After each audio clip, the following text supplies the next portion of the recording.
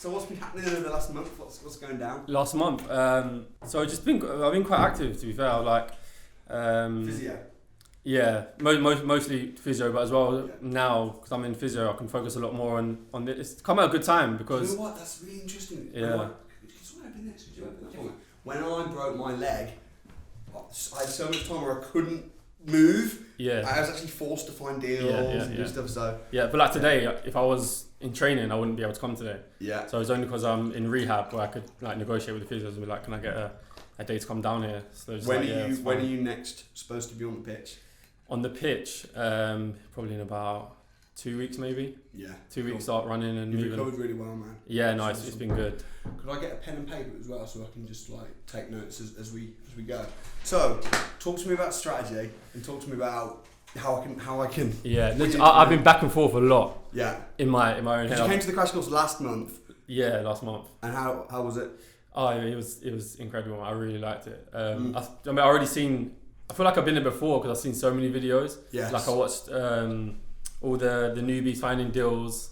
Do you know what I mean? I feel like I've been to crash course before. Yeah. But I know it's obviously not the same. I have to go there and do it. Yeah, you got to experience like a driving lesson. Man. Yeah. You've got to be there, the one picking up the phone, doing it yourself. Yeah. So no, it was amazing, man. It was like the people you had on as well. Like at first, Ryan was on, and I was like, I come to see Samuel like on the stage, and then when he started, I was like, no, this guy's better than Samuel. Yeah, I was like, Samuel. When you came, I was like, Samuel, get Ryan back on. That's good. He was good, man. So he was it's really inspirational as well. Like the energy he comes off with, and that you guys come off with, and the things you say, and it's just great experience, man. Okay, so you're on the academy. Yeah. You're about to do a whole series of training programs and stuff. What did you want to get out of me in this session? It's kind of to set a plan really and kind of get me focused on a certain thing, because I feel like in my position it's a bit hard because I think when you're starting from, for example, no money whatsoever, it's kind of you kind of know what to do. It's a bit more straightforward. You kind of want to go for like rent to rents type of thing. But I feel like when you have a bit to invest with, it's actually hard because you don't know what to go into. Suddenly you've got something to lose. If you've got no money, it's like, I'll just go crazy, try and do rent to rents, try and package and sell deals. But if you've got money, it's like, oh, now you have choices. Yeah, and choices sometimes is a bad thing because choices sometimes leads to what do they call it? A paralysis by analysis. So how much do you have that you're looking to invest right now? So right now, probably about. Okay, cool. But the ones I mentioned to you at the crash course is that beforehand I bought properties that the money's not working that well on it. It's like after I learned about return on investments, I worked it out and I was like, oh my god, it's like 3-4%. So I'm just put both of them on the market. Literally last week, 2 weeks ago. So hopefully when I get that out, I've got a lot more to go with again. So you're selling a house as well at the moment, did you say? 2, yeah. Okay. 2 houses. So, and how much will that give you? If I get the price my asking price, probably give me one, after I paid the debt off as well, 469 in a place I have in King's Cross. And you'll sell it for 469, you say? No, that's how much I'll get out of it. After the mortgage? After I've paid my debt and paid the mortgage. Yeah. And the other one in Liverpool, I would get about 145k after I sold that. But the London one's looking a bit difficult to sell. The Liverpool one, I think I'll do pretty easy. You're in a really good place, but I totally get what you're saying. You got to be really smart because you want to invest it really well. Yeah. I mean, straight away, a couple of things I want to say. Number one is I would 100% be wanting to put your money in, pull your money out deals. I don't know if I've said this to you before. Yeah. So rather than just investing it, you could buy like 10 or maybe a lot more. Yeah, a lot more. You could buy like a load of little single let houses and rent them out. But actually, I don't know if that would really be smart. Yeah. Because one deal, a small deal and a big deal, there's the same amount of work. I've learned, because I actually, when I first started, I got so giddy.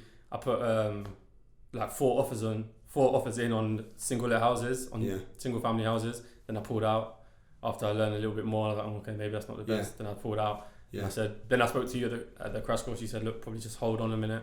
Don't go buying it in a minute until you learn a little bit more. So that's the stage I'm at now. Yeah.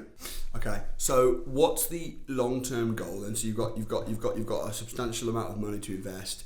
we know that number one, we want to do it in a put your money in, pull your money out way. Yeah. Number two, we don't want loads of houses and loads of headaches. Yeah. What's the, like, say in a year's time or in 3 years' time even?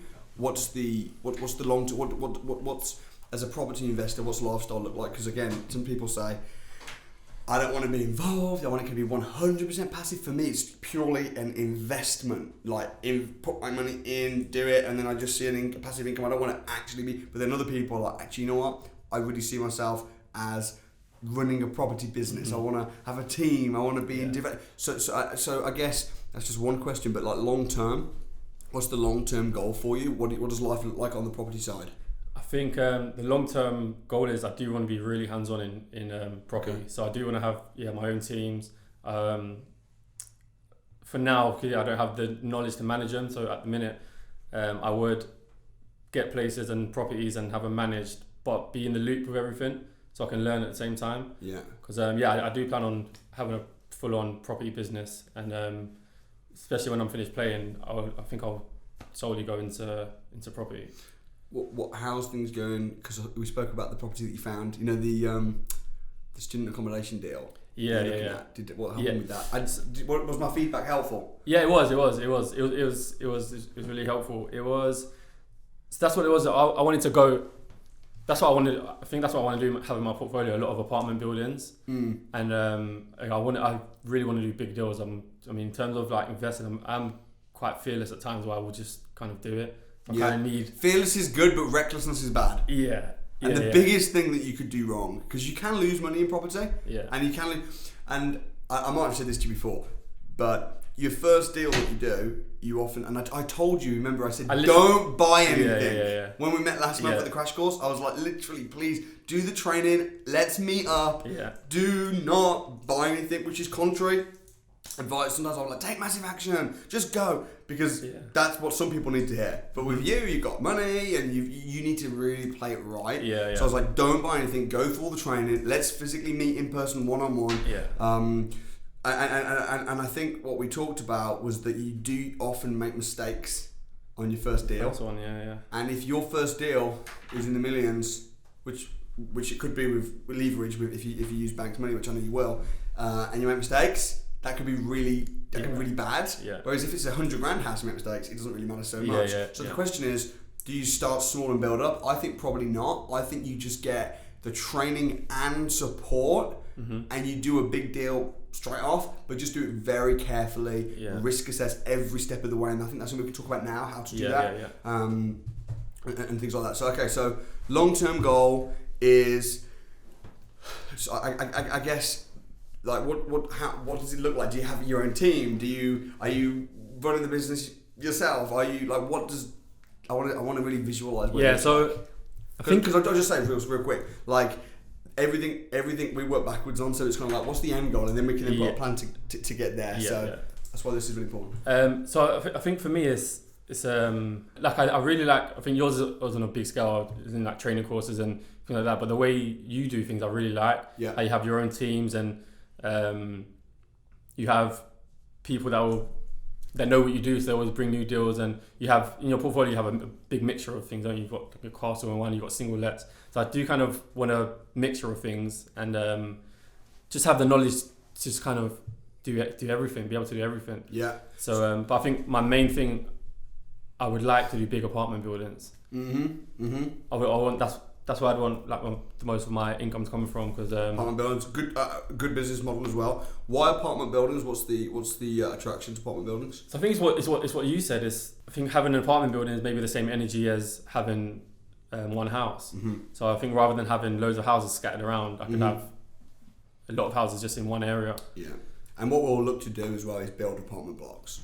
Yeah, I think most likely, or convert an old horrible. I mean, we're looking at it at the moment. In fact, I'm happy to even take you out and come look at it. We're looking at buying a big plot of land that's got an old hospital on it. I don't know if I told you about this. No. So it's an old NHS building, and now it's kind of run down. So we're looking to buy the piece of land. We're going to knock down the building. It's a big building, and then build a big block of apartments. Assuming that the figures stack, which we're going through at the moment, we'll then be able to refinance, report all the money that we put down out, rent it out, and then we've got an income from it, got all our money back. And then, and I actually find, I don't know if you played the game Cashflow 101. No, dude, that get Robert, that. It's Robert, like his game. Get that. Yeah, I'll send you that game in the post. Like, okay. Like, let me write that down. Do you know? After I read the book, I said to my missus, "Do you want to play it?" She's like, "No, I don't want to." Oh. No, you need to. In fact, if someone could even make a note, tell me or cool. something to send him in the post. Cashflow 101. Basically, when you play Cashflow 101, it's like Monopoly, but Robert Kiyosaki invented the game, so it's like true to life. What you find is that not only are big deals more profitable, but actually the profit margins are better. So if you're doing a small deal, like a residential house, putting your money in, pulling your money out is very possible, but sometimes it's a bit more difficult to put all your money out. You might pull 90% out. Mm-hmm. With big deals, it's easier. Because also you can afford to get all the surveyors, you can afford to do it because it's on a big scale. And the profit margins are actually higher in big deals. Not just the profit, but the profit margins higher with big deals, and it's less work. So that's where I want to be. That's definitely where I want to be. It's just about obviously, how you get and how you gain all the knowledge to do it. Okay, like, what you said, just being able to recognize the old hospital and that you could make something of that. That's what I want to get to. Okay, cool. And we can talk about that and how to find the types of deals, and it's about team as well. Of course, You know. So okay, cool. So apartment buildings. What else? You say you want a team. You mentioned about me speaking and being branded or something like that. What is that? I mean, do you want to be known as like Kevin Property Guy? Do you want to have a brand? Do you want to? Because if you do, I can help you with that. I would definitely, because even just like, since I put a picture up with you on Instagram, put property investor in my bio. That's from your advice. Just you say let everybody know what you want to do. Then you just get people contacting you, and the people I spoke to in property so far have been like the best people. Sometimes they were just calling me saying, "Oh, I can see you're starting property. If you want to chat, let me know." So I've called a few people, spoke to a few people. And you've had some really big players and stuff reaching out to you. And which is awesome as well. And you will. I think when you tell the world and you put it out, that's why I do it. That's why I do. That's why I'm recording this conversation. Because I'm constantly telling people what I'm doing, what I'm up to, what's happening. And then what happens is then suddenly you start, instead of having to go and look for deals, and instead of having to go and look for joint ventures and going to look, everything starts coming to you. So already I've got like two or three deal sources that have contacted me that just passed me some deals just to look at. So that's when the one I said to you. That was from a deal source. Someone passed it to me, so I had to look at it. I thought you found that. I was like, I was like, Kevin's finding deals after the crash course. But no, not yet. Getting sources. And the deal that you found was okay. But it was just a little bit risky, right? A little high risk. The figures were very optimistic on every angle. Was it a bad deal? No. But was it a great deal? Potentially not. With the area and some of the due diligence that we did on it, I thought, so I wouldn't have said, "Oh, it's terrible, don't buy it." But and that's the importance of just having people you can chat with. I think the main reason of sending that to you was to see what a good deal looks like. So if you said to me, it's an amazing deal, then I know what it looks like. If you said it's good, but it's a bit risky, because now I know what one looks like from just what you said about it. You know what's funny though? People think I'm a massive optimist. I'm actually not. I'm actually a real pessimist. When you need to be. I'm an optimist in terms of people. I believe in people, and I believe in the best of people. And I'm like, come on, you can do this. It's easy. Anyone can do it. And people say, "Oh, you just make it so." But actually, when I'm crunching my numbers, I'm like, worst case. I'm the biggest pessimist. I'm like, so, and I think you do need to be. Because the optimist, sometimes when it comes to investing in development and stuff, the optimist will lose, and the pessimist that's prepared to take massive action, when needed to, will win. So okay, brand, mate, that's really cool, brand, and I think it's a good thing. And the thing as well that you need to be careful of with brand is knowing actually when to say no. Because if you've got all these people coming to you, and I get hundreds of messages a day. Again, in the same way, when you've got money, it gives you choice. When you've got a brand, it gives you choice. Because like, I can work with all these deal sources. I can work with all these, and suddenly all the people are coming, and it's like, which one? So how do you separate from the ones that you want to work with? What is it about them? Is it about the deals that they bring, or? So from a deal sources perspective. And I think it makes sense to buy from deal sources potentially. What I'm going to look for, number one, make sure that they are backed, i.e. backed by the property ombudsman. So if something goes bad, you've got a backing. Number two, what is there a referral? Is there are they just crawled out the woodworks? Are they just someone on Facebook who's read a free book on deal sourcing, or is this someone that's actually serious? Had the training. Yeah. I would probably stick with people on the academy. Maybe because at least you know that they've been through it. I'm not saying already. I've met like reached out to some people. I've met so many good people from the academy. I only do business with academy members. Pretty much. Okay. It's not like a rule, but it's pretty much. Because at least I know where they come from. I know they've received the good training. Also, I think as well is just make sure you're happy with the contracts. So if they're saying, "Oh, I want 10 grand up front," and then if the deal falls out of bed, well, hey, sold a scene. It's like, well, no, actually, like you need to work with me on this a little bit. Yeah. When I'm doing big deals, I usually like to pay a percentage up front and then a percentage actually upon either completion or on the refinance. Okay. You know? So it's like, listen, if you believe in the deal that bad, then how about I'll pay you X now and then I'll pay you a percentage of the profit. Yeah. So would you say majority of your deals now come from deal sources? I have full-time deal sources that work exclusively for me. Oh, right. So I have and sometimes I do. So would they be on like a salary? Or partnership. Okay. Yeah, but yeah. So it depends on. I mean, for instance, all of my big deals come from Ben. Okay. Did you meet Ben? No. I'll get you to meet Ben. Yeah, he's on 6 figures. Nice. 6 figures baseline, and then he gets a profit share, and he does all the project management, all that kind of thing. Right, he found the NHS.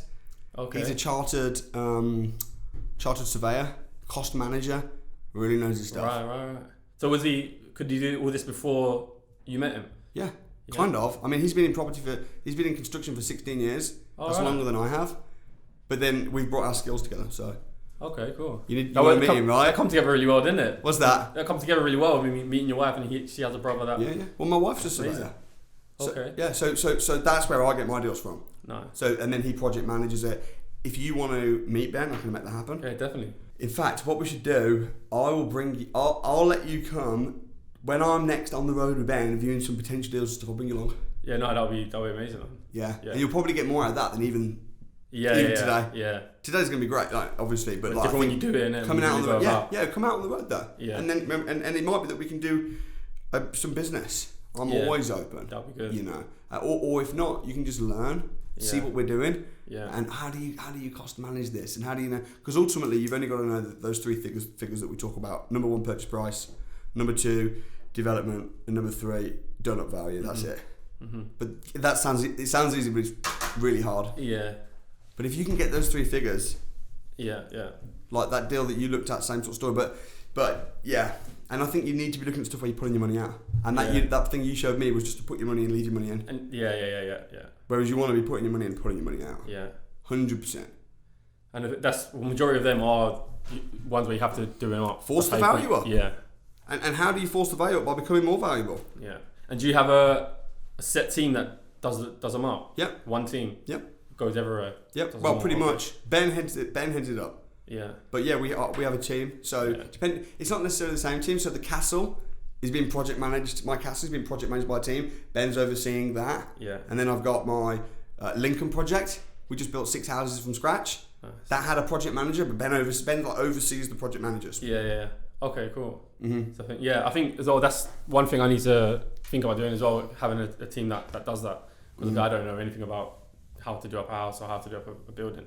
So having a team in place would definitely give me more confidence to really go and look for these deals, because I know that I can just get them in once I have one. I think for you, I would be really, really choosy. Yeah. I'd be like ridiculously choosy. You know, honestly, and my advice that I'd say to a lot of people, you know, take action, which is so true. Because as you said, if someone's got no money, it's like, just go and book some viewings. Go and get off your bum. Yeah. But for you, you're going, man. You're going, you're doing stuff, you're meeting me, you join the academy. Mm-hmm. Your problem is not that you are not taking action. Like for you, I'd be like, I'm going to be really choosy. Yeah. You know what? When you come out with me and Ben on the road, you're going to be wanting to buy some deals. You're going to be like, wow, like, oh my goodness, can I buy that? You're going to be wanting to. And I'm going to be like, no. You know? You know? I'll be like, come next month and see what's on the table next month. Yeah. Because believe me, there's enough deals. Mm-hmm. It's not a case of it's like getting married. You don't marry the first girl that you meet and you think, oh, you're just gonna you have to take your time a little bit, because this is for life. And at the same time, when you do a big development project, it's a big deal. Mm-hmm. Yeah. So I just be like, I'm gonna just take my time, You know, I'm going to go out with Samuel, see some projects. Then I kind of get an idea of what's, at the moment, you don't know what a good deal looks like. Yeah. You know, so when you get to see, okay, this isn't average, that's good. And then when the right one comes along, and it could be 3 weeks, it could be 3 months, it could be 6 months, it doesn't really matter. Yeah. Because you don't need a deal in the next 3 months. Mm-hmm. You're thinking over the next 10 years, or even your children. Yeah. Or children's children. Like, this is a long-term game. So I'll be really choosy. Yeah. I think with the things going on, do you know, with like Brexit and things like that, there's something in my head that just gives me a real like urgency that I kind of need to get into it, because I feel like something drastic's going to happen. Do you know what I mean? Which probably is clouding my mind a little bit. Listen, I get that. I agree. I think that with Brexit coming, so I think it's a very good opportunity right now. Yeah. But then at the same time, you don't want to make a decision based on rush. And also, when you're excited, when emotions are high, intelligence is low. Yeah. Yeah. Okay, so you could literally buy something and put down, you know, all 300 grand into a deal, and then it's like, actually, next month it's like, it's a good deal. Oh, I wish I bought that one. Yeah. Like, you've just got started. You've literally, it's like if you go into a shopping mall, you know, you might want to just, you know, you want to eat some nice dinner. Let's have a little look at the restaurants, and then let's make up our mind. You're not going to the first restaurant, I'm hungry, don't go in it. Like, you want to enjoy. Yeah, I think I'm on the come down of that, the emotion. Good. Like when I said I'll put offers in on like 4 houses, and I was like, okay, no, I need to calm down. You need to calm down. They pulled out, and then I'm on the calm down. But now. You can go view them. Yeah. Go to an auction. Yeah, I've viewed so many houses. Go to an auction and don't buy anything. Yeah. And do it just to see and learn, and the discipline of not offering on something. Because honestly, I've seen people lose because they've just gone too quick, too fast. Definitely. And I know it sounds very contrary to what people would expect me to say. Yeah. But it's because most people's problem is that they're pussies. And you're not. You're like, I'm ready, man. Yeah. Your problem is that you'll be the next deal source that comes along and offers you an opportunity, you're just like, yeah, man. But you know what's so good? Because it takes so long to buy something. Yeah. That's what stopped me from buying it. Like if I could buy a house, if it took about a week, I would have had about. We bought about 5 houses. I mean, geez, it's a good job at my YouTube videos. That's why on my YouTube videos I don't encourage people to buy from auction. I buy from auction a lot. Yeah. But I know.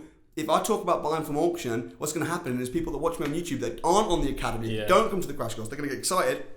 They're going to go to an auction, but they're going to mess up. Come back and blame. And then they'll come back and blame me. You know, so it's just like, you know. So I think we do need timelines. You do want to be able to say by this date, I want to have something in the bag. Yeah. Or by this day, I want to be in a position whereby I feel like a professional, knowledgeable investor. At this point, we can set dates and stuff and set timelines, and we'll be able to kind of check in with you and stuff. Yeah. But by this day, I want to be at a point where I'm like, okay, I've seen this many big deals. Mm-hmm. You know, by this day, I've had this many opportunities and said no. Yeah. you know? No, I get you. That's kind of, and by this day, I want to have something in the bag. And by this day, I want to have a property. Yeah. And that could be by the time you get a big, and again with a big one, like how is it going to serve you at all by buying a 100 grand residential house? Probably, is in what, just a normal 100,000 house? Because I don't think not much. I don't think it's going to serve maybe you at just all. Going through the motions of buying one, probably knowing what to do. That's probably about it. Yeah, but I mean, is it worth it for that? No. I can tell you what the motions are. Yeah. I mean, and also if you really wanted to, if you were like, I'm really itching to just do a small deal just to get more confidence, then that's fine. Yeah. And some people are scared to do big deals because they're like, big deal, like, oh my gosh, I feel like I need to start small first. And I say, well, do that then. Yeah, I'm not really in that. No, you're not. I mean, like, I think it's just the same. The numbers is just bigger. Yeah. So to me, I'm not too worried. The only thing I worry about is just calculate the risk. That's all, as I would with £100,000 house. Yeah. Just as long as I feel confident and I know the risk. Let's talk about de-risking stuff. So you know. And my exit strategies as well. I wanted to speak to you about. Yeah. You mentioned it, and I wasn't too sure. You need exit strategies, and you need best case, likely case, worst case. Worst case, if this exit strategy happens, am I going to lose money? Yeah. And if you're not going to lose money, even if there's the worst case, sometimes you need an exit strategy, and then you need an exit to the exit strategy. Mm-hmm. You know, it's really because we're not talking about buying a 100 grand house and renting it out by the room. Isn't it cool? We're making 800 quid a month profit. Woo! Like, we're not talking about that. We're talking about when you put in, and you've worked hard for this. Yeah. Hard. You know, so we're talking. Okay, we've saved up this money. Is that come from football? Yeah, all football. That's awesome. All football. Yeah. And respect, man, because I bet a lot of your friends have been spending and. Yeah. No, that's one thing. I'm not a big spender at all. Great. And you know what as well? When you do become a big spender, which you probably, I'm not a big spender, you can spend the money from your profits of your property business. Yeah. So all the passive income that you get, and you can go crazy with that. Yeah. But you know what I like about the property money is that I feel like, I've earned that by just doing it, just playing football and doing what I like doing. But I feel like property, you made it. You made the money yourself. Do you know what I mean? I mean, someone's given it to me for playing football. Yeah. But I like the fact that, like an entrepreneur and a businessman, they make money themselves. That's always what I've wanted to do. Be able to just make it from me. What are you more bothered about? Like, are you wanting to grow your net worth and become wealthy? Are you wanting a certain amount of cash flow, so you know that if you got injured or whatever, you know that you got, like, what's the... No, I think it's for wealth. I've always wanted to, even when I finished playing football, make more money than I did playing football. It's just like a challenge. I can't see myself just retiring and kind of just living off what I made. I just really like challenges, and I really like, do you know what I mean? Putting myself out there, taking risks. This is what I like doing. So I can't imagine myself retiring and just being really low profile and low risk and just kind of living through life. And as well, it's just a change, like the generation that we come from, like my friends and my family. We've all come from really not much money and not how to spend money, not how to use money. You know, I mean, some people can't come on holiday because they ain't got no money. I just want to flip that. Yeah. And really be like what you talk about, be valuable, so I can teach people how to make money as well. Because the amount of people you could be a trainer one day. Seriously, I would think about it for sure. I mean, for sure. Dude, if you wanted, I'm always recruiting trainers and taking people on. 100, I can see myself doing 100%. I mean, so even part of the coming on the training course is not necessarily for me, because I mean, I don't think I'm going to use rent to rents. Well, I could do, but can't picture myself doing rent to rents. But knowing how to do it and being valuable to teach somebody else how to do it is probably the main reason why. I love how you made your dad go on the academy. Oh yeah. Like, that's sick. Yeah. Because it's like, because most people I speak to, especially a lot of footballers, they'll just give lots of money to their family. But actually the best gift, there's nothing wrong giving money to family, it's great, but the best gift you can give to family is actually knowledge. Definitely. And also with rent to rents and stuff like that, one of the things that you'll do, I just know you will, is some of your properties you will pass on to people as rent to rents. Yeah, for sure. Let them keep the money, but then you have the guarantee, you have the ease. When I was starting out in property, I was the guy that was like, I want to get my hands dirty, I've got all the time, I don't have any money. Yeah. So I'm like talking to landlords, do you want a guaranteed rent and stuff like that? Because I just wanted the 500 quid a month. Yeah. Or the grand a month and get a few of those. Oh wow, I'm making a full-time income, I haven't got to have a job. But now I'm the other guy. Now I'm like, I don't want to manage properties. I don't want to have the tenants or people ringing me. Now I'd rather not make a grand a month from this deal. I'd rather make 500 quid a month. Yeah. So a lot of your students, would they be doing rents on my houses? Yeah. They all do. Yeah, nice. Now they do. I've pretty much all of my HMOs now, I've passed on to people on rent to rents. That's amazing. To academy members. Yeah, that's it. And some of them make really good money. Yeah. Some of them make I don't let them make too much money. I'm happy if they make 600 quid a month off one of my houses. I'm like, I don't mind. I'm still making good money off of it. But you can have that because managing property managers sometimes can be as bad as managing tenants. Yeah. And when you've got a lot of properties and a lot of tenants, like, it's just so different. Like when you wanted to get out of a 9-to-5 job, you only need 2 or 3 HMOs. That might only be an hour's management a week. Yeah. Potentially. It's great compared to a job. But like, just in terms of scaling and small deals, you can't. One of the things I've learned as well with small deals, you talk about team and stuff, there's not enough profit in small deals to start employing people. Yeah. It gets tough.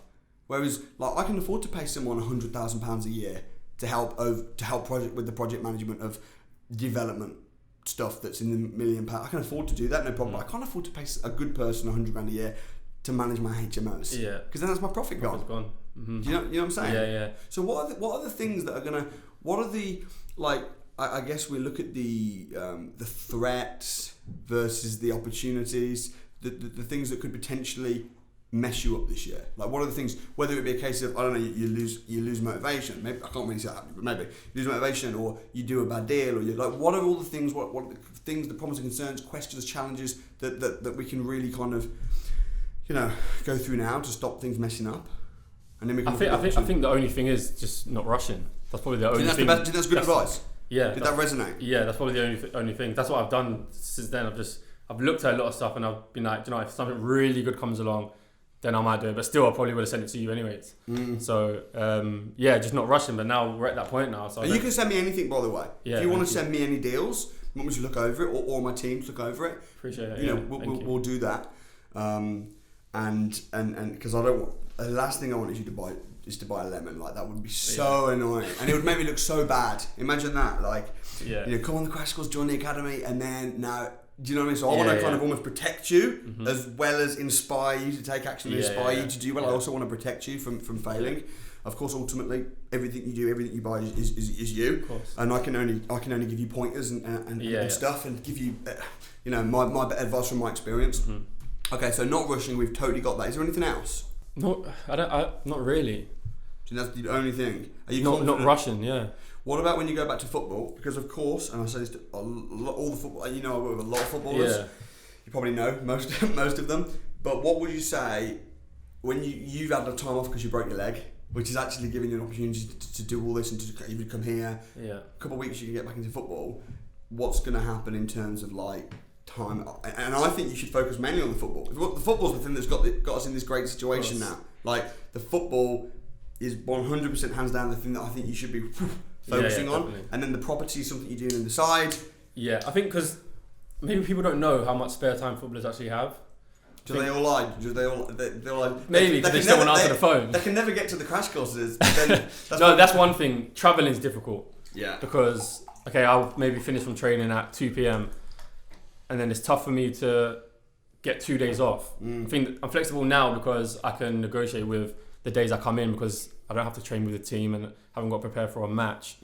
But in terms of time, in terms of doing work, doing due diligence and calling people and all that, that's like no problem. What about viewing houses? Viewing houses is okay. I mean, unless they're very far away.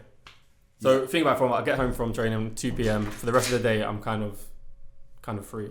And there's times where you get the only thing is as well, you don't really know sometimes when days off are coming. So you can't plan that well. Yeah.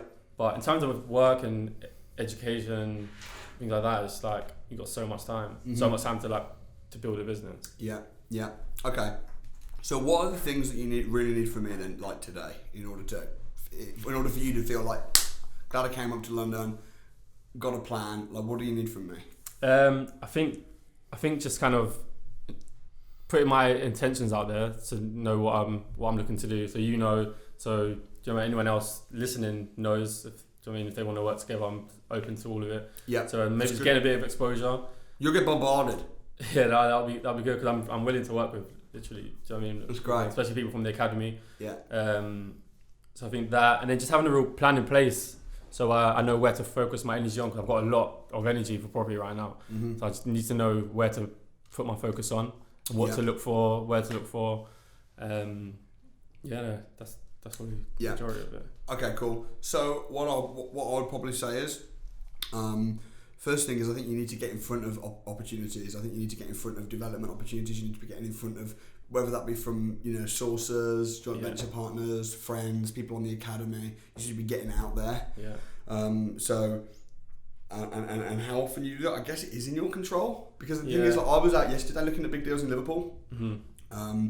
I'm out regularly, and so is lots of people on the academy. So I guess it's kind of down to you, and that's why partly why you're on here. But to be like, put yourself out there, but like, I want to come out. I want to see some opportunities. I want to see some. So what would if you're looking at different big deals, development, joint venture projects, sources, what would be the ideal project for you? What would be like, yes, this is the dream project? Because like when you speak it out, you speak it into existence. And when you visualize and you know what you want and you're specific, it's more likely to come your way. So I think definitely for the first one, it would be to work with someone. that knows what they're doing.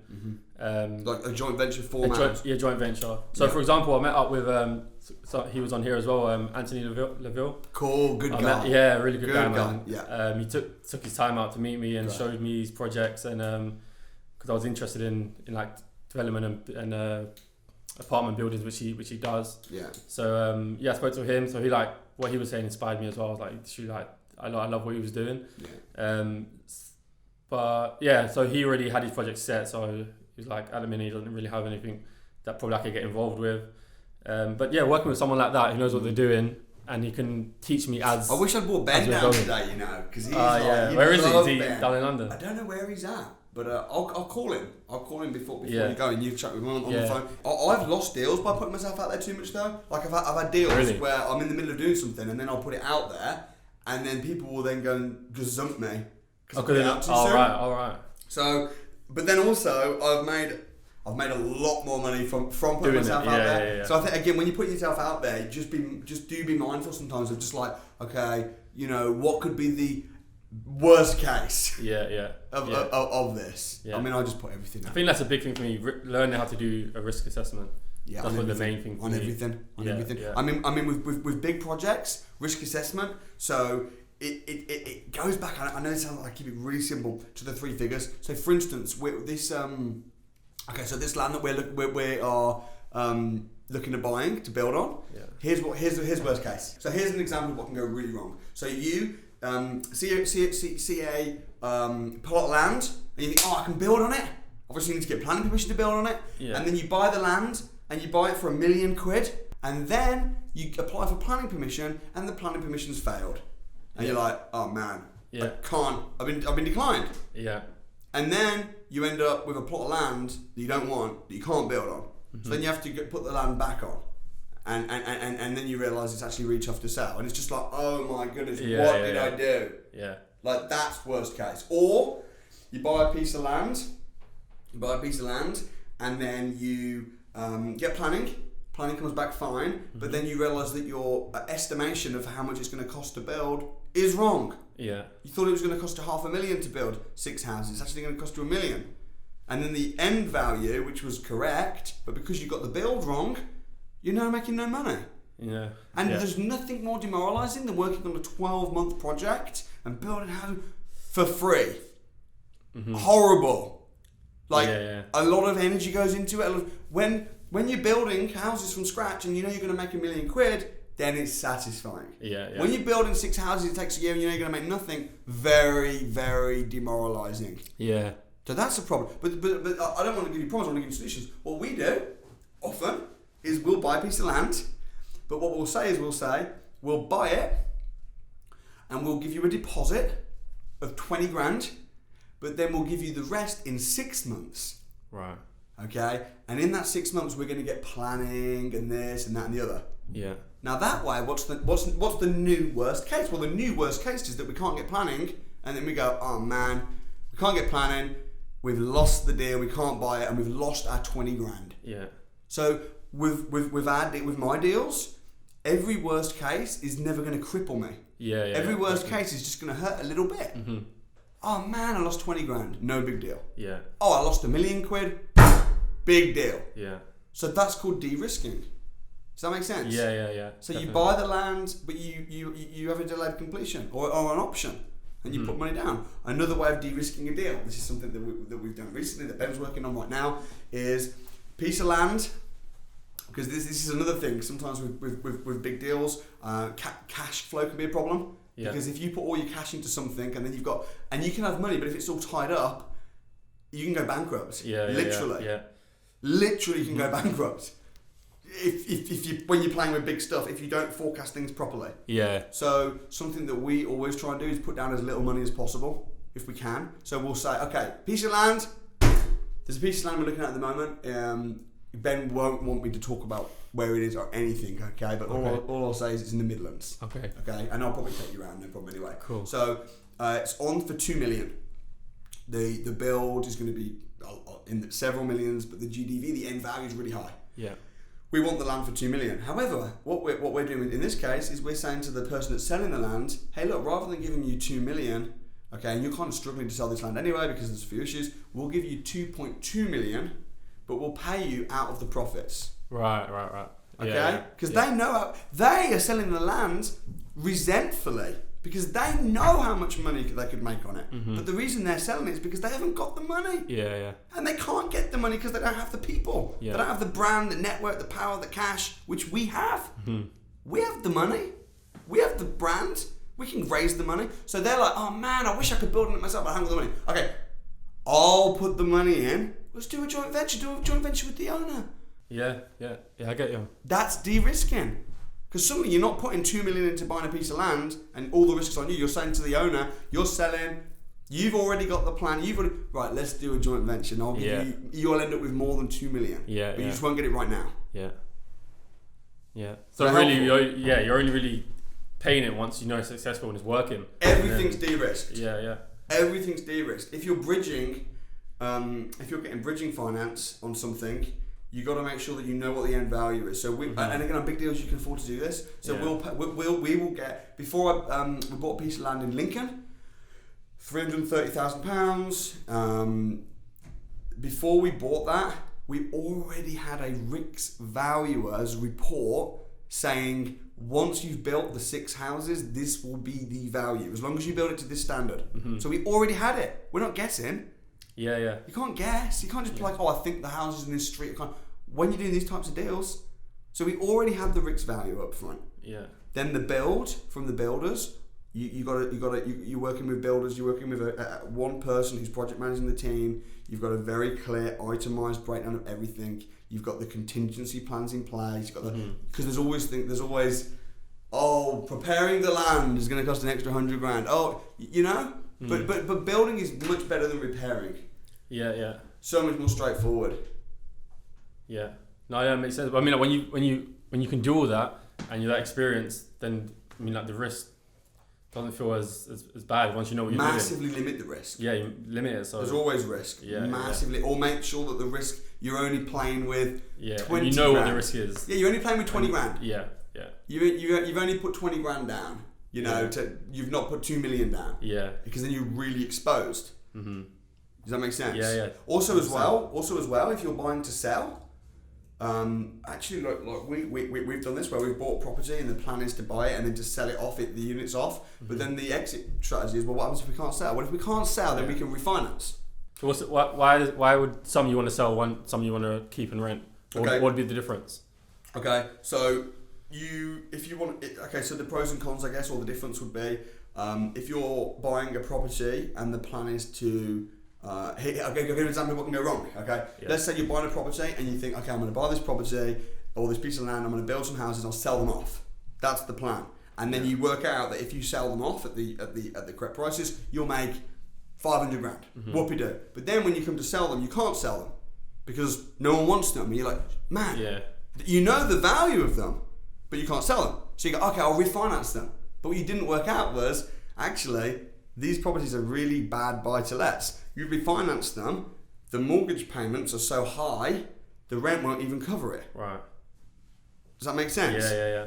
So the buy-to-sell, the reason people build to sell is because they don't want to get a passive income. They just want to get chunks of money. Yeah. Which is great. And then with that chunks of money, you can get passive income. But then if you're doing that, you need to say, well, if I can't sell them, can I refinance them? Do the deals stack as buy and refinance, build and refinance? Yeah. Does it still stack up? What would be, even though I don't want to refinance it, if I do refinance it, what am I going to be paying each month? And does the rent more than cover that? Yeah. Even though I don't want to refinance it, I want to sell it. Because that way is my exit strategy. You're doing this, and that's one of my problems with your property, because I was like, there's no exit strategy here. Yeah. There's your property's like, this is relying solely on the market and this university being able to, there's no exit. If it doesn't rent out well, it's built as this. Yeah. Because if I'm doing a HMO, I'll say, well, what would it be like as a single let? Yeah. Would it still stack? And is that the same case with all apartment blocks, or majority of them? No. I've been not much exit strategies. What other exit strategies could an apartment block have? I mean, it varies massively. Like we're going to turn the castle into apartment blocks. Right. And with that, we're probably going to sell them. If not, we're going to refinance them, and then we'll do it as the apartments. We know that they'll work as service accommodation. Yeah. So the cash flow is going to that's an exit strategy. Yeah. In itself. Perfect. Yeah. So, and that's why as well, when you learn things on the academy like service accommodation, you might think, is this really relevant to me? But actually, it is number one for networking. But number two is a good property investor is not. I think. And it's okay to have a fixed plan. That's okay. People that have a fixed plan, and there's a lot of developers that do this, and I'm not going to knock them because they make a lot of money. But when you have a fixed plan, you end up turning away so many good stuff and so many good. But when you actually, I'm quite open, and I've got a general plan. But I'm a property problem solver, and I've got. I know about service accommodation, I know about HMO, I know about assisted living, I know about. That's why I wanted to be on the course. Yeah. Not to maybe use it now, but just to have it on my belt. Do you know what I mean? Or you know what you're not interested in. Yeah. And you got people going on to you like, service accommodation, and you're like, dude, I've been on the training, I know all about it, and it's not for me. Yeah. Rather than you always thinking, what if? Yeah. You know. Yeah. Is that helpful? Definitely, man. Definitely. In terms of action plan, because you can't leave without an action plan at all. Is there anything else before we get there? Is there anything you to ask about any of that stuff? Probably that how you manage yourself and how you manage everything. Yeah. Like for example, one I wanted to ask you was like when you spoke about with Amina that you went around Liverpool, you was 5 a.m. here, 5 a.m. there. How was like your work-life balance? Because you got two kids. Yeah. Yeah. So I'm about to have a second as well in congrats in Feb. Yeah. Yeah. So how would you manage that? You know what? I don't even believe in work-life balance. Yeah. For me, I'm just life. Everything is. I see my family a lot. Yeah. I'm on the road a lot. Yeah. If an opportunity comes along, I'll go view it.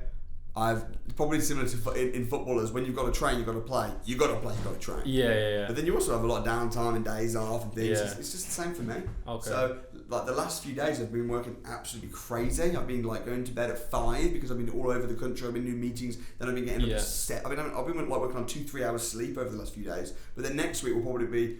I'll be working 2 or 3 hours a day. Yeah, so you just kind of flow with it. Flow with it. Yeah. Depending on what comes up. Okay. And I've got a wife, got 2 kids. Yeah. Go on holiday a lot. Yeah. Important to recharge. Yeah. And also important to have a good team. So the Liverpool properties, I've got a team. I've got people bringing me the deals. I've then got people that will deal crunch the numbers. Mm-hmm. I've then got people that will book my day and make sure that everything's lined up. Like you said to me, whereabouts in Liverpool were you? And I was like, ooh, I didn't even know. Yeah. I mean, I do know, but it's just booked for me. And I want to. That's how I do want to grow like that. Where do you know what I mean? You start employing people to do things that necessarily you haven't got time for, that you don't want to do. So that's. And I'll also always ask a question: is am I earning, and am I learning? Yeah. If I'm doing something and I'm not getting paid to do it, I don't mind if I'm learning. Yeah. Or am I earning? But I'm never going to do something mundane that I've done before a million times, when I could pay someone else to do it if I'm not growing doing it. Exactly. Yeah. Do you have as well here? Does like your missus have a lot of family down here? Is she kind of? Some of the family. Ben moved to High Wycombe to be near myself. I live in Beaconsfield, it's like 15 minutes, and he moved to be close. My brother's moved. Yeah, we're family. Yeah. Okay. Yeah. Cool. A lot of the family lives in Barbary as well. Nice. To be fair, one is what I wanted to ask, because when we speak to a lot of footballers about like investments and what they want to do after, and a lot of them are actually, in terms of this kind of thing, they're quite skeptical about it all. Yep. And they're really just, a lot of them have a financial advisor and they all kind of say the same thing, and it's all like stocks and shares. So if we was talking to footballers, why would you say property and not necessarily not stocks and shares, but why would you back property more than? Main reason for me is leverage. Yeah. When you buy stocks, you got to put all of your money into the stock. Whereas with property, you can leverage. So the return on property, the return cash on cash investment just kicks the ass of stocks. Yeah. Not only that, but with stocks, you can't put your money in a stock and then pull your money out and have a free stock. Mm-hmm. And with stocks, and I'm not knocking stocks, but with stocks, what happens if the business goes bust? What happens if you've invested in businesses and then it's totally out of your control? Yeah. Whereas with property, although to a point you could say it's not out of your control, you buy a property, bricks and mortar, you can see it, touch it, feel it, it's there. That's going to outlive you. That's going to outlive your kids. Mm-hmm. And we're on a small island with an overpopulation of people and a shortage of houses. So ultimately, I think supply and demand.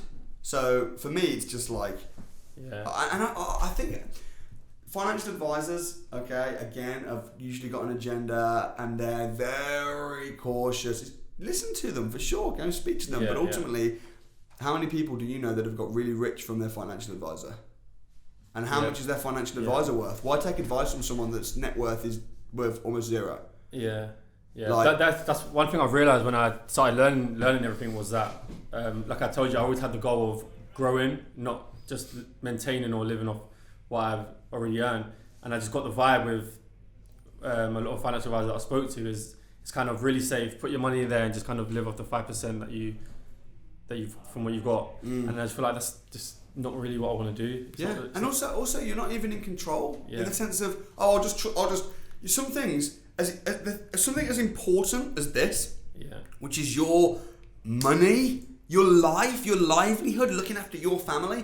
Why just put that in the hands of some dude? I just give you all the money and you tell me where to put it. Like, I want to learn this. I want to know what I'm doing. I want to make the decisions. I want to take responsibility for my family and my future and my finances. I mean, sometimes it depends on what your goals are and how you see yourself. Because I think a lot of people are not too bothered about growing or making more money. I think they're just kind of happy to do that, which is alright. But it's when they say they want to grow their money, they want to do this, they want to do that, but then they do something so small like that or so conservative like that. And do you know what? Putting money into stocks and getting a financial advisor, respect. That's better than spending it on nights out and fancy cars and stuff like that. So respect. However, I personally have never gone down that route. You know, and I'm speaking to everyone that I've spoke to who's gone down that route and then meets me is like, oh my goodness, that didn't work out that well. Not just like, I lost a load of money. No. But it's just like, this is more exciting. This is better. This is more. So, and I can't advise, and I'm not a financial advisor. All I am is a really good property investor who happens to have a passion to share and help other people in property.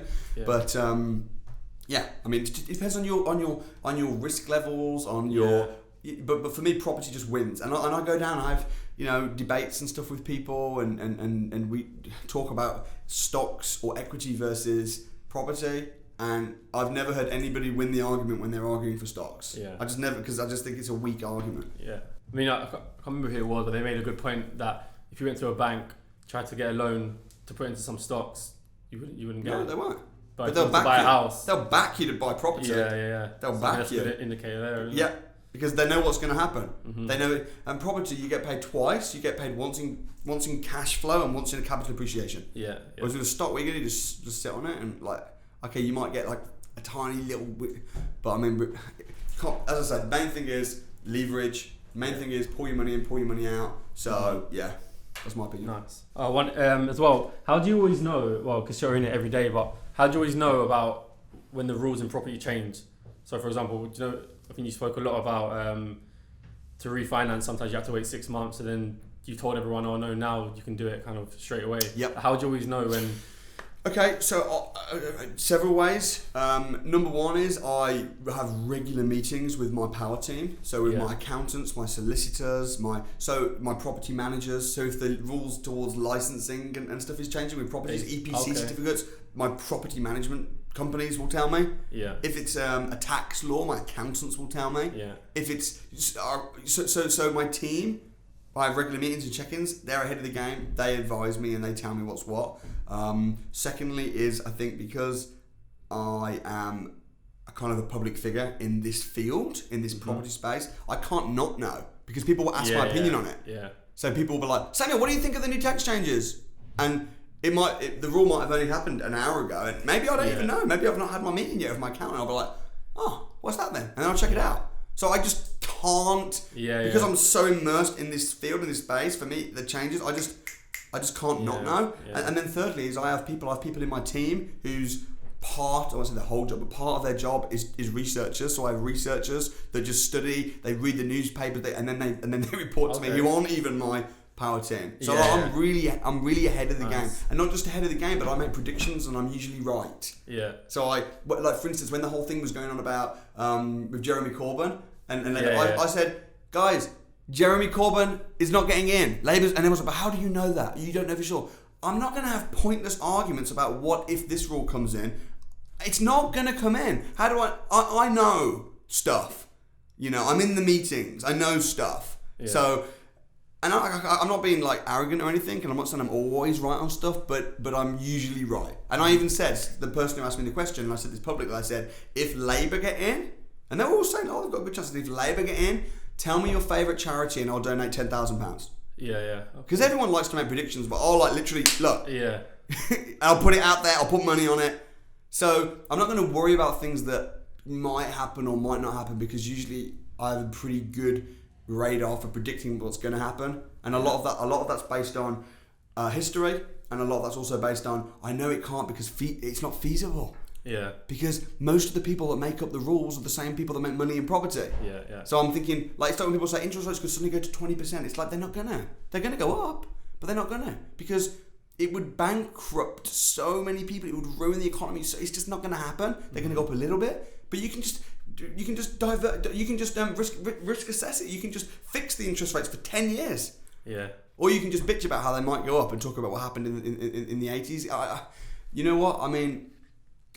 I just think it's really important to be informed, and it's really important to have good people around you, and that's basically my answer. Yeah. Okay. From when you got your first property, when was you about 17 or 17 years old. 17. Yeah. Did you ever imagine this in terms of training on the scale? No. Having business on the scale? You kind of just. No, I didn't. How did it come about? Just gradually. So my property portfolio, my plan was just to become financially free. Yeah. To then free me up to actually go and do a lot of charity work and missional stuff. Yeah. Became financially free. Started going to Africa. I set up a Christian business network because I was something I was just passionate about, and I was doing all that stuff. And a lot of the people that I was helping, from a missional point of view, literally no profit. I was actually losing money, but I was doing it because that was what my purpose was saying, can you teach us about property? Right. That's how it started. So I ran my very first crash course in November 2014, and I ran it for the people from my non-for-profit Christian business network. How many? How many were there? Oh, I think there's about 20. And I was just like, I ran it, and I actually did it to get people off my back, because I'm like, I run a one-day property investors crash course. I ran it, and then people were like, that was so good. When are you doing the next one? I wanted to send my friends. I was like, oh, so I did another one, and it wasn't until 2016 when I thought, you know what? I'm actually helping more people, teaching people about property, than I am with all the other stuff that I've been doing. So I mean, I still do a lot of charity work in Africa. I go out, we build wells and takes. But when I go to Africa now, a lot of the stuff that I do is teach property. Yeah. To the budding entrepreneurs and stuff. So I realised I was actually helping a lot of people. So now, 2016, I started really going hard, and like, this is, and then the training business blew up. I don't take a salary from the training business, so because I think that. For me, it's just important to say, actually, you know what? All the profits that we make from the training business, I want to put back into growing the mission. I want to put into charity, and ultimately, I want to take my salary from property, because that's my love. That's what I. And I think it's also just anyone that says like, oh, you only teach people to make money. It's just like, it just totally takes that skeptic. Out of people, because I actually know. But no, it's good. But even if you did, I still. Mate, believe me, I know there's no problem in it. It's a service just like anything else. I know. Which they're making money from as well. It was when I partnered up with my brother about 2 years ago when the training business blew, because he's a real smart businessman, and he systemized it. Yeah. And scaled it, and that's when it really blew. But no, I didn't expect this at all. Yeah. No. And then from when you got your first house, and then when you started growing as a property investor. Did you say your main strategy to growing was pulling your money out all the time and keep going? Is that how you really grew? Okay, so the main way I grew was almost by mistake. It was my properties going up in value. Oh, was it? Okay. That's how you get rich. Yeah. I mean, and that's why I wanted to play Cash Flow 101. And I'll talk about that shortly. But I think for me, I was getting little properties and I was making bits of cash flow. And oh, wow, I'm now financially free. And that's great. And then I went to Bible college for a few years. And then my properties were just like rising. And I was like, wow, this is cool. Yeah. Now I'm getting rich. I never intended to, and then just refinanced it. Boom. Yeah. But did it smart, because I had good people around me. Mm-hmm. And then rinse and repeat. Yeah. And lease option agreements and stuff, and deal packaging and rent to rents. I mean, in 2015, that was when I kind of really learned deal sourcing. I sold 256 deals in 2016. So I made a lot of money in 2015 from deal sourcing. So it was like, I'd learn a strategy, I'd go really hard. Now I feel like I'm really beginning to become quite seasoned as like a big deal developer. You know, I mean, geez, I'm learning like crazy. Yeah. I'm not saying I know everything for sure. The moment you forget that you're a student is the moment you start shrinking. Yeah. You know, so I'm growing a lot, but yeah, it's all fun. So what do you do now in terms of like education and educating yourself? All the time. I spent over £1 million in the last 18 months on my own personal education. And for the education of my team. And what type of things would they be? So 4 months ago, I dropped £200,000 with Grant Cardone. Yeah, okay. To do this kind of stuff. Yeah. To do this kind of stuff. Consultants, business consultants, advisors, going on even training programs. I love going on training programs. There's something special about one-on-one for sure, and it's helpful because you can. But also training programs. The people in the room and the way, so I go on training programs as well. I went on like a business boot camp a few months ago. And you tend to still learn quite a lot of things there? Yeah, for sure. Yeah. Mate, I would learn something even if I just sat on my own for a day with no one else. Just having almost giving yourself just the time to learn. Because sometimes you get so caught up in the business of life, putting yourself in a different environment and just being there. Do you know, so when you're here, absolutely. And I think that the it's also tax deductible. So I love going on training courses because I just claim it as an expense. So it's almost like I can pay less tax by learning and growing more. Yeah. And ultimately for me, I'm addicted to more than anything is growth. Yeah. Growth of the business, growth in others, growth in myself. Not trying to make as much profit as I can. Yeah. Okay, cool. Commercial properties. Yes. Do you do them? Yeah, commercial properties. To be honest, a lot of the stuff you'll probably end up doing commercial properties. All commercial properties is commercial is easier in terms of the management side of things. But like these apartments that you're talking about, these student apartments. Yeah. To be honest, like you will probably, depending on the scale of the project, and this is what commercial, you'll just get one tenant. You'll just rent it to the university. Yeah. If you're doing big scale student apartments, rather than you being like, oh, I need to find students in these rooms, you're just like, hey, do you want to rent the block off me? Yeah. And then you'll have a business renting it off of you. Yeah. You know, so I think it's just less hassle and it's safer. Yeah, because that was a point Anthony made when I met him. Because everything I've been doing is just residential and searching about residential. Didn't know anything about commercial, and then every time I said commercial, I was like, don't really know much about it. Then he's created a perspective where you could get a Starbucks to rent out for 25 years. I'm like, the great thing about commercial as well is that it's so easy to value a property based on commercial. Yeah. Because it's not. Commercial property is not based on the bricks and mortar. Commercial property is based on the business. So how much? If you sign a 20-year lease with Starbucks, for instance, the lenders will value it based on how much a Starbucks paying you. Yeah. Which means it's very predictable. That's what Ben was talking about, just predictability. Mm-hmm. So I think commercial is really good, and it's something that we do, and I would encourage. Sometimes because of the predictability of it and the safeness of it, your return will be a bit lower. Yeah, it can be, but I'd rather sometimes that than a higher return. But then having to be like, oh my gosh, I hope everything's filled. I think it's good to have a mix of that. You think? Yeah. And sometimes there'll be mixed juice. You know, some of our projects are mixed. Yeah. And in terms of JVs, I know you said you're like open to doing JVs, but how would you? I mean, there will be so many people that want to do JVs with you. How would you separate the ones you do want to do them with and how you don't? Would you have to meet them? Dude, I think that it's just a case of for me it's all about win-win. So and every joint venture that we do is different. So it's just relationship, and that's what I say. Well, let's just spend a day together looking at projects. I mean, of course, we have lots of people that want a joint venture, and we love joint venturing as well if it works. I'm in the fortunate position where I have got cash, so I can invest in my own deals. But then sometimes, if I've got if there's a few deals going on, that's a good deal. I'd rather joint venture with somebody and have my finger in all of the pies and just use my own cash and just do one. That's what I was going to ask. I mean, if you have the money, why would you joint venture? But it's very true. Mm-hmm. But that can be a trap. See, 2018, 2019, and I've even said this. I had that. So I used to becoming successful. I had to joint venture because I had no trust, because I had no money. Yeah. So I'm like, I need joint venture, and I was having to use other people's money.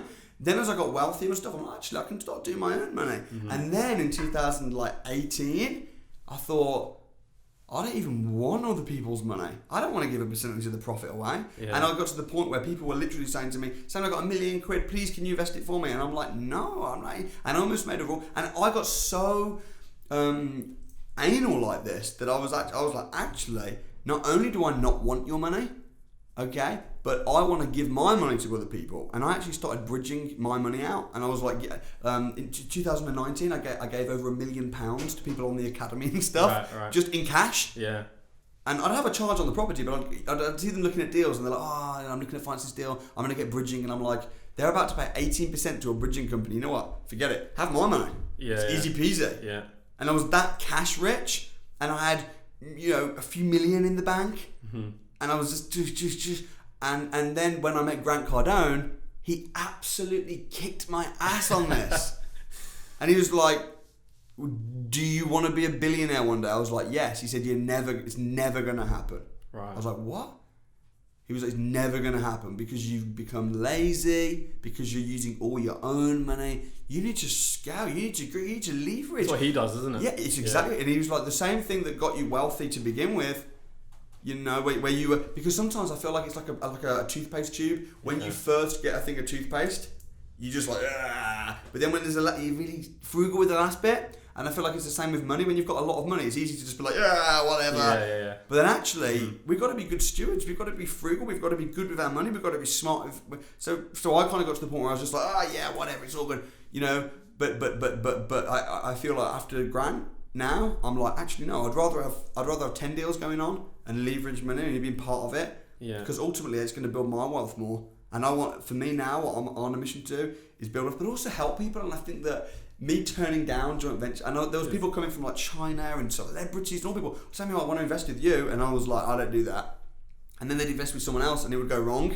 And I'd be like, I could have actually helped them. Yeah. So yeah, man, we're really open to it. But it's just, but I'm also really open to just supporting you in, like, for me, it's just about everything has to be completely win-win. Yeah. And I'm becoming much more relational rather than transactional. So before I was just like, what are the figures? Now I'm like, what's the person like? And it's much more about relationships, win-win. So, but I think from your point, the best thing is for us to just look at some projects, go out, and then we'll just see if something organic begins to happen. And also go out with, and I've got this already written down, but also go out with other people. And see what they've got on the tip. You don't want to just come out. I know I'm your trainer and mentor or whatever, but come out with me. I'll show you my projects, but then go out with other people, see their projects, and then you can compare against. You'll probably see that mine are way better. I expect them to be. They will be. Yeah. Or if they don't look better, it might be because the figures elsewhere are not actually accurate. Yeah. Because my figures are conservative, but go and compare. It's definitely important, man, to shed light on joining up with people and doing joint ventures, because I think just really want to, especially around footballers and family, and just changing how they look at things like that. They always think someone's trying to gain something over you, and someone's always trying to get an advantage of them. Look, you get this, you're both happy. I think spreading that kind of message and doing it and then showing the results and, like you said, documenting it and all that, definitely something I want to do, and to show people what's possible. So the people that were skeptical before see the results, come back and be like, I like what you're doing and stuff. Can I get involved? That would be like the best. That's how I do business in every area. Even my training business. Because there's people like, you try and just sell expensive courses to people. It's like, no, I actually run a free crash course first to show people what we do and stuff. And then if people want to do more, and for sure at the crash course I might be like, I'm passionate, and if I think so, but like ultimately you've just got to give value. Everything's got to be win-win. And every business deal, whether it's done with a joint venture partner, whether it's done with a buyer and seller, whether it's done with anything, there's got to be a happy buyer, a happy seller, it's got to be like that. And I'm in it for the long game, man. For any joint venture that I'm doing, it's got to work, because I'll vlog it, I'll put it out there. You know what I mean? So it's got to just be the great. And I've had situations where I've had people saying they really want to do a deal with me, and very well-known people, famous people, and they're happy to vlog it. And I've got deals, but I'm just thinking, I've got deals, but they're not perfect. They're good, but I know that this needs to be really good. Because I know what the doors it will open and the exposure. So for me, it's all about reputation. And I'm people will always hate, but don't give anyone reason to hate. Make their reasons just clearly just jealous or whatever, rather than actually look what I'm doing, look who I'm helping, look at the figures. Numbers don't lie. Yeah. You know. Yeah. So no, that's definitely what I'd want to do as well. Like, do something, do a joint venture with someone like you who knows their stuff. I can learn it, so now I can end up doing a joint venture with someone who has the money but not the knowledge, and I have the knowledge. So I mean, rather than just being on the side of the joint venture where you just have some money to invest. So yeah. Let me ask you a question now. So for anyone that's listening to this that might be thinking, oh, I'm going to come and pitch, pitch Kevin. Like, what are you looking for in a joint venture partner? I think someone just really knowledgeable who's gone through the training, who would get your approval, or who would I think they would get your approval. Just know what they're doing, have years of experience, and someone who's actually doing it now and has got things going on now. Yeah. Results that you can show me, and I've seen you've done. Yeah.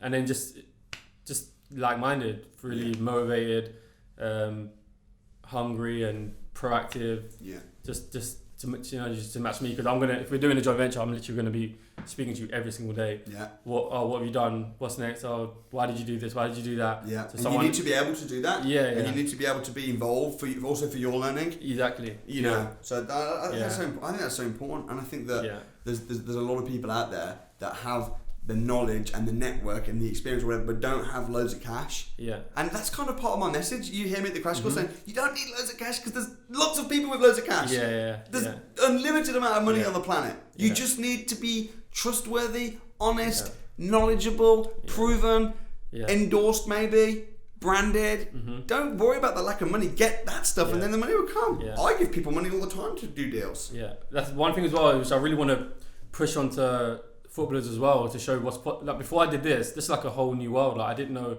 really any of this existed. I didn't know about deal sources or joint. I didn't know anything. So, I mean, I don't know. A lot of footballers don't, and the amount of possibilities that are in property that we don't know about is crazy. You'll be bombarded with messages after this. I'm almost reluctant to put it out, but I know that that's what you want. Yeah. No, don't worry. I'm screen the heck out of these people, bro. Yeah. Screen the heck. That's why I say you message me any business. You screen it and then you send it to me. Do you still find deals by yourself?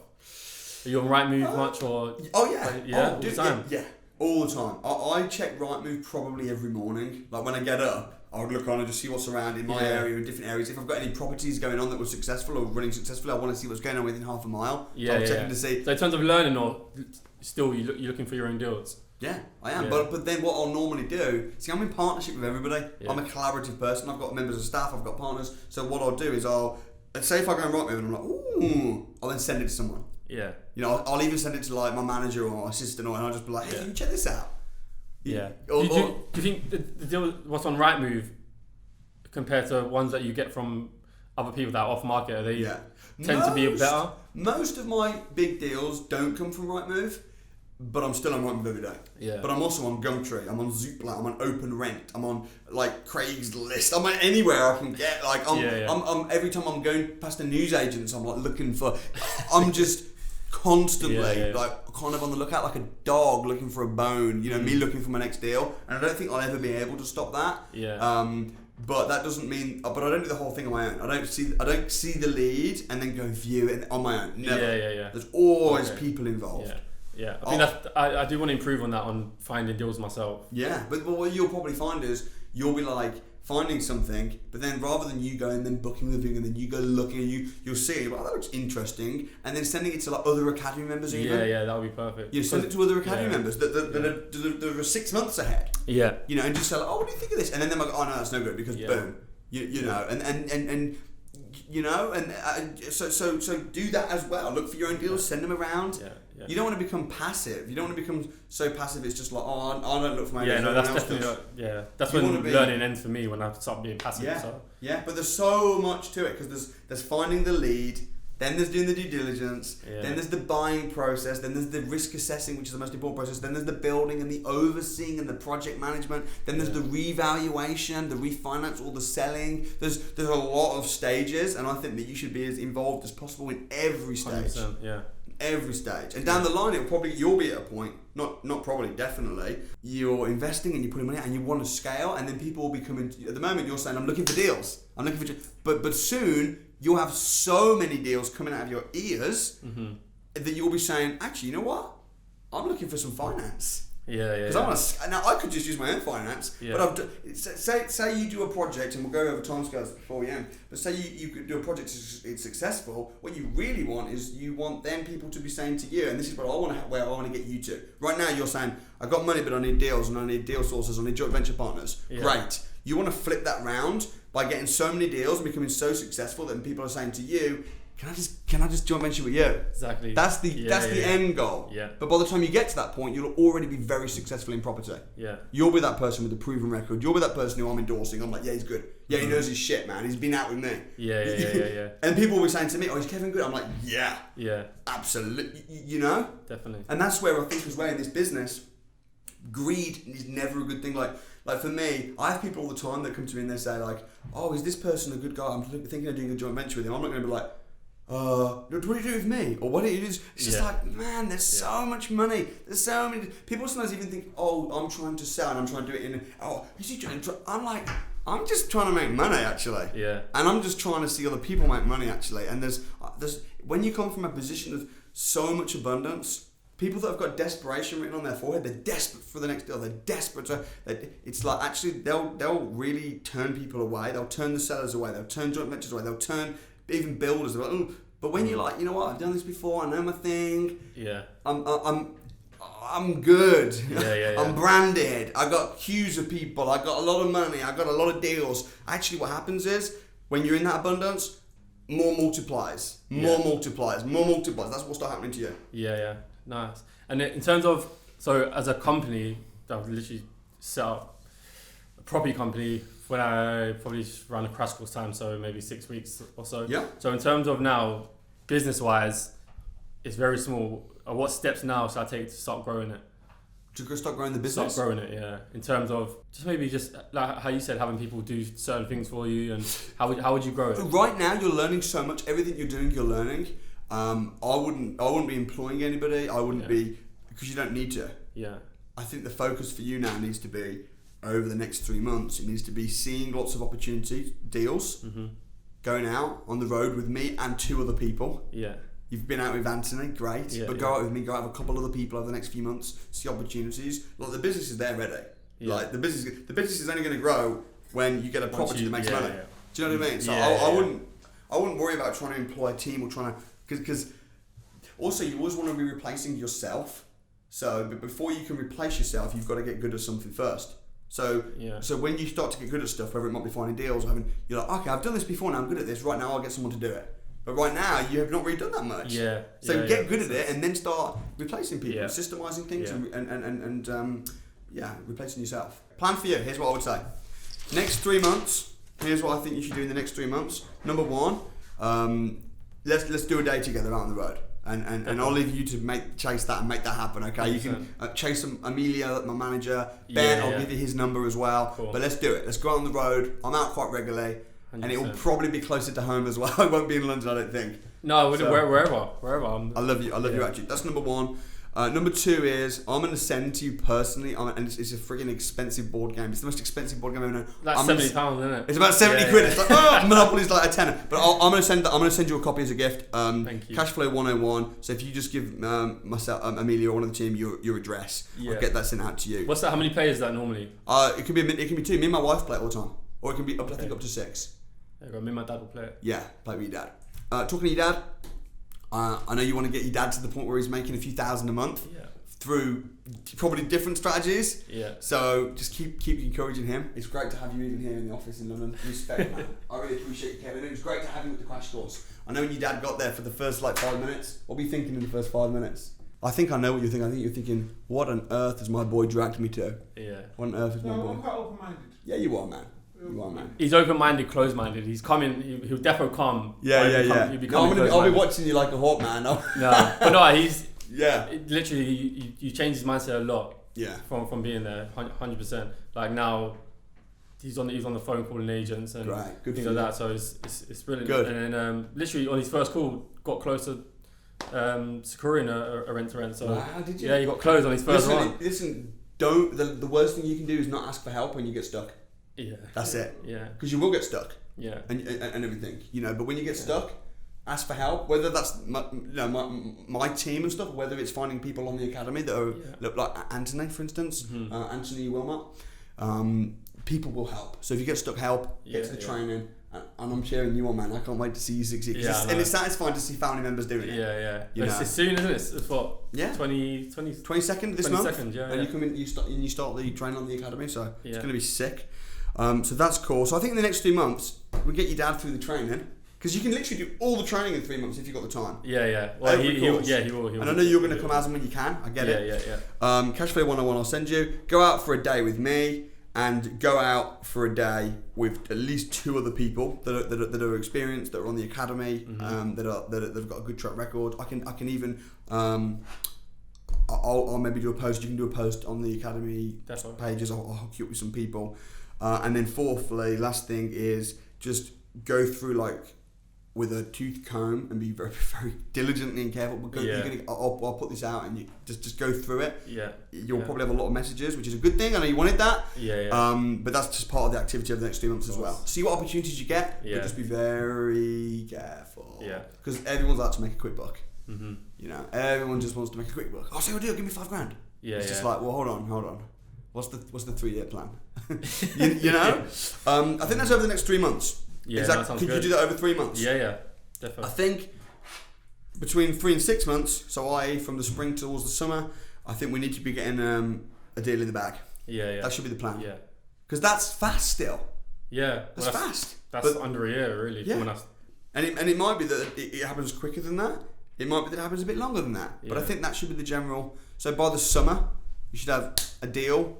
Big deal where it's in the bag, offer accepted. Whether it's a joint venture, if it's not a joint venture, you could do it alone, but make sure you've got support. Maybe it's consultants or whatever. But we can see what's best. I think my first one would probably be a joint venture. Fine. And then I think from the summer to the winter, it's just going to be a case of completing the build. That's going to be fun. Get out there once a month with a yellow hard hat.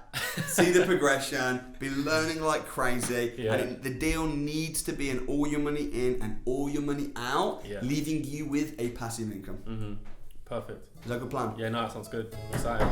Dude, anything you need, give me a shout. Appreciate it. Give my team a shout, and it's a real honour. Cheers, Dan. Thanks so much, man. You're welcome, bro. Cheers.